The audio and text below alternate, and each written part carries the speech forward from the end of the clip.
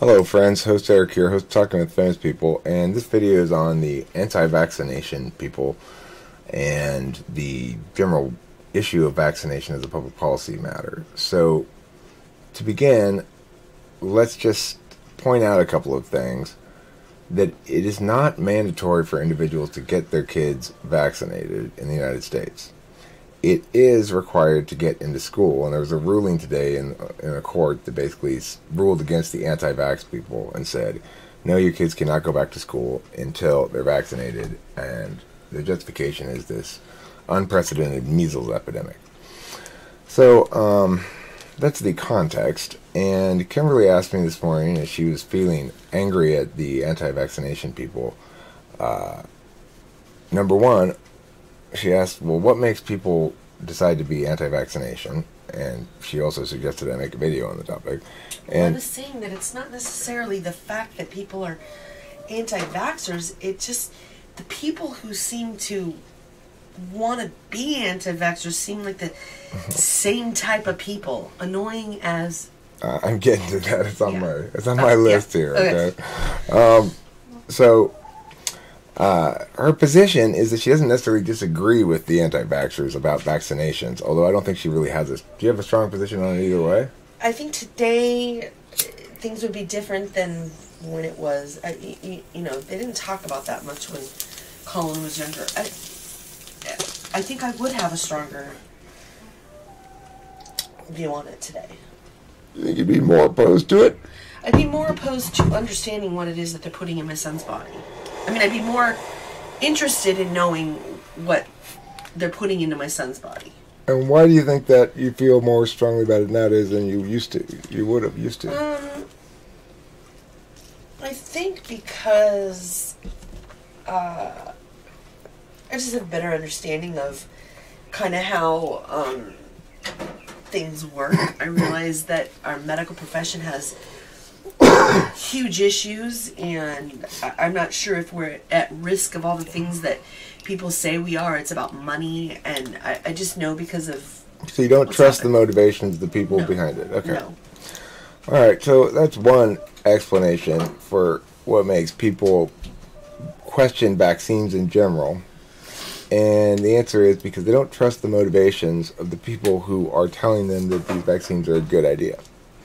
And Kimberly's position on it is links to money in the sense that, well, there's some company that's profiting when you buy their vaccine, and that's true that somebody is profiting off of that. Okay, so Kimberly's feelings, though, about the people that she sort of agrees with are much more negative than her agreement with their position, which is the fact that she made that distinction clear to me is indicative of the fact that she's a conscious TI user, probably, for one thing, which, if you were interested in noting something that would be indicative of a cognitive function, but that's not really relevant to this question here, or sort of it is. But Kimberly doesn't like those people, and she asked, well, why is it that there's something about them that she just hates? Well, there are two kinds of anti-vaccine people, and there's one kind that she doesn't like. So, now let's go into the understanding the two different ways that people are opposed to anti-vax or vaccinations.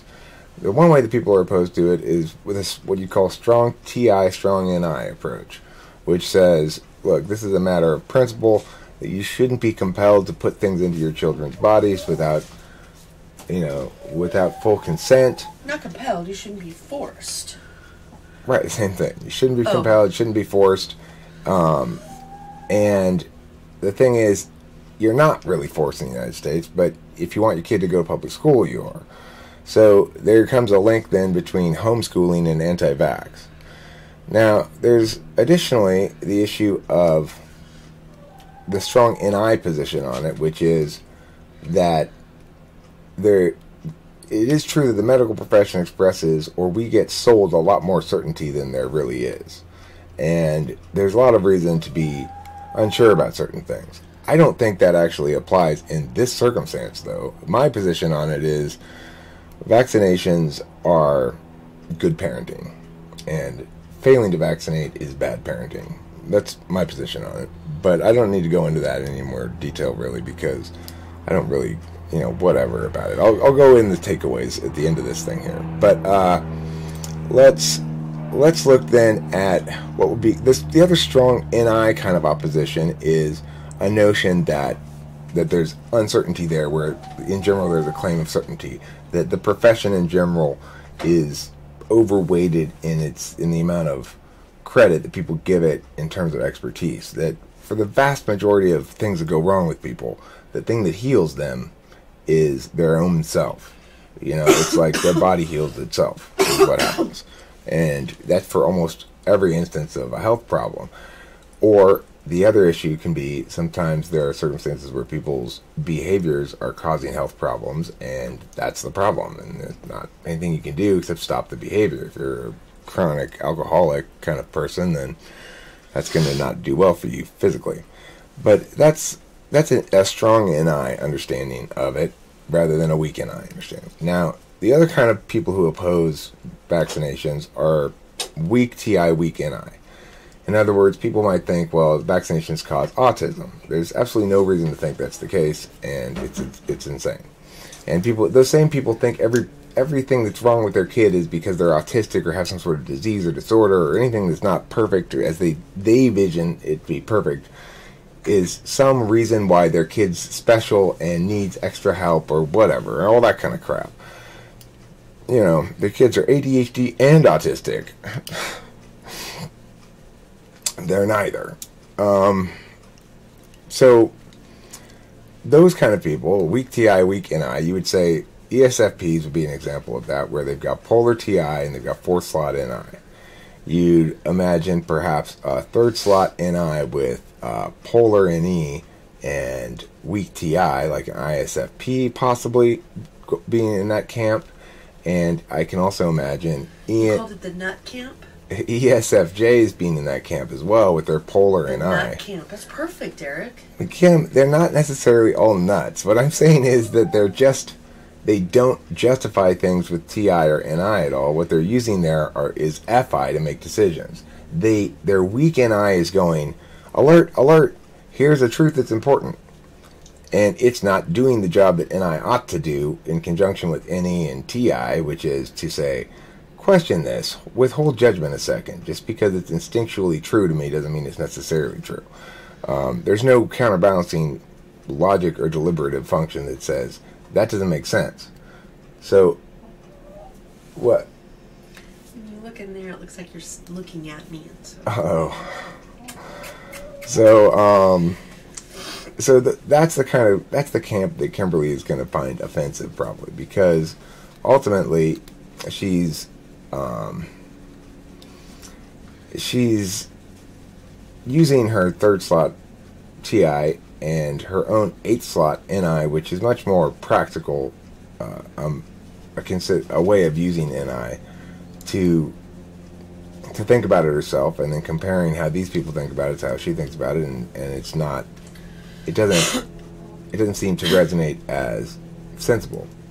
And yet at the same time, Kimberly kind of agrees with their basic policy position that people certainly shouldn't be coerced into doing that, and that disallowing people to go to mandatory school while concurrently, to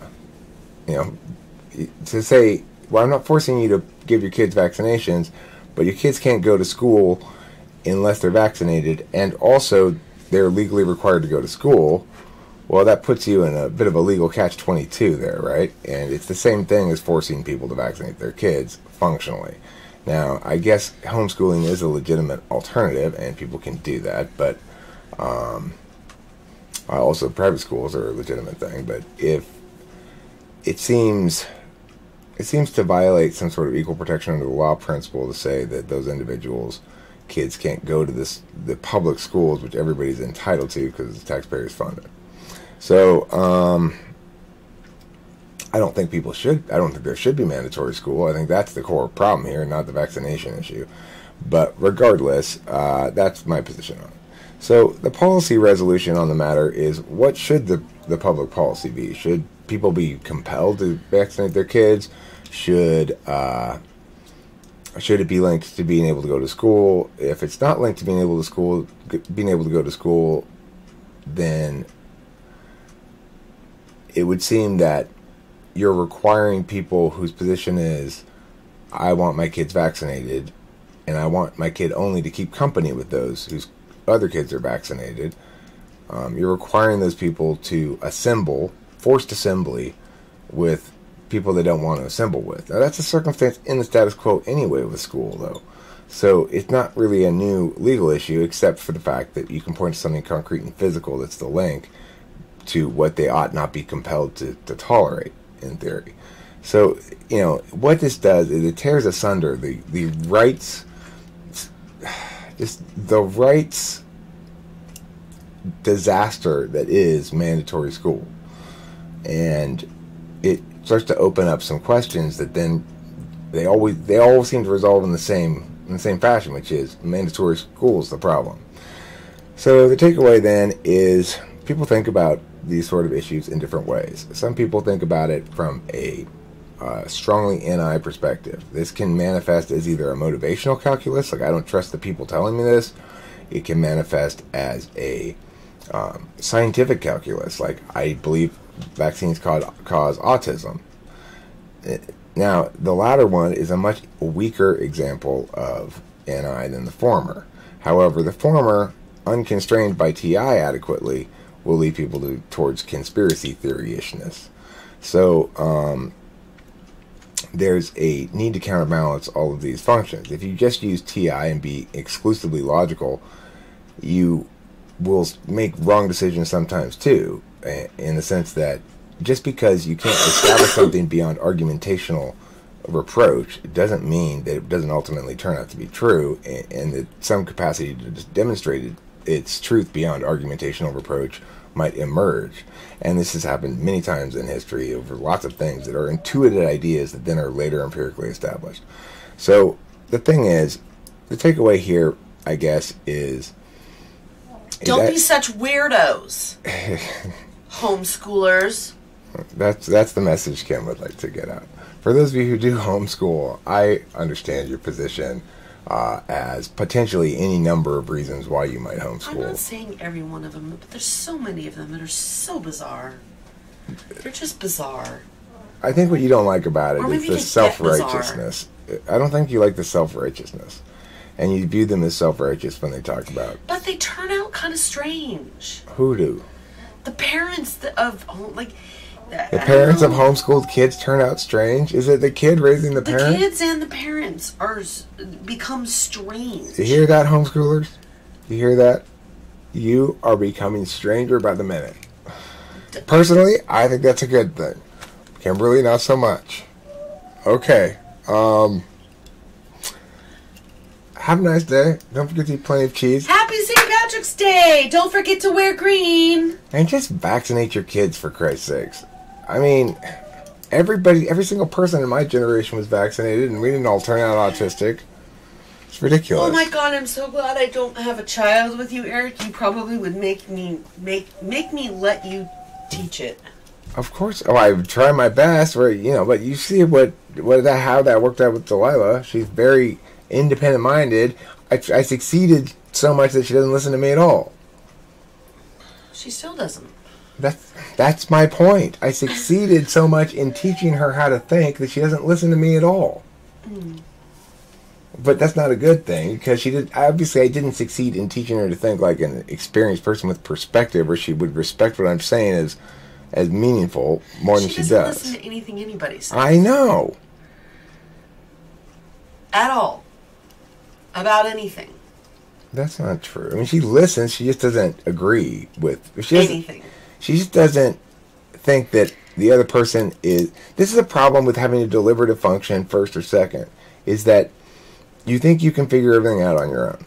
And you think that your logic is the thing that ought to be prioritized over sometimes successful other logic. But sometimes it's just like you're defending your...